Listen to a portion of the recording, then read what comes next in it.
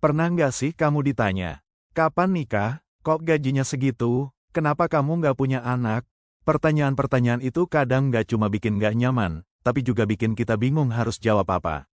Nah, di video ini aku mau bagikan 3 cara elegan buat menghadapi pertanyaan seperti itu.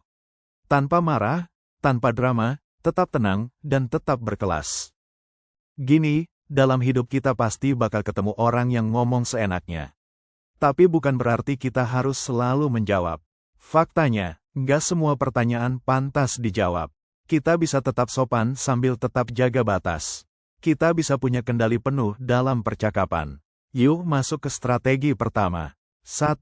Diam dan abaikan, say nothing. Kadang, cara terbaik menjawab adalah nggak menjawab sama sekali.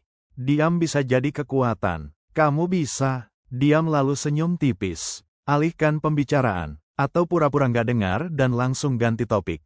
Kenapa ini efektif? Karena kamu sedang bilang secara halus. Pertanyaanmu nggak cukup penting buat aku tanggapi.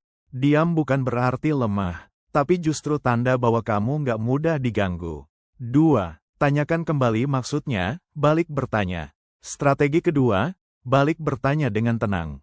Misalnya seseorang bertanya, kamu belum punya pasangan ya? Kamu jawab, kenapa kamu tanya itu? Atau, apa maksud pertanyaannya? Ini bikin orang itu mikir 2 kali. Dan kamu tetap tenang, tanpa harus defensif. Kuncinya di sini adalah nada suara. Bukan marah, tapi datar, tenang, penasaran. Dengan begitu, kamu jaga kendali tanpa harus menyulut konflik. 3. Alihkan topik dengan sopan. Cara ketiga, alihkan ke topik lain dengan nada netral. Contoh, oh, itu pertanyaan yang menarik, tapi aku lagi pengen ngobrol soal ini dulu, boleh? Atau, kita bahas itu nanti aja ya. Sekarang aku mau cerita soal hal yang baru aku pelajari kemarin.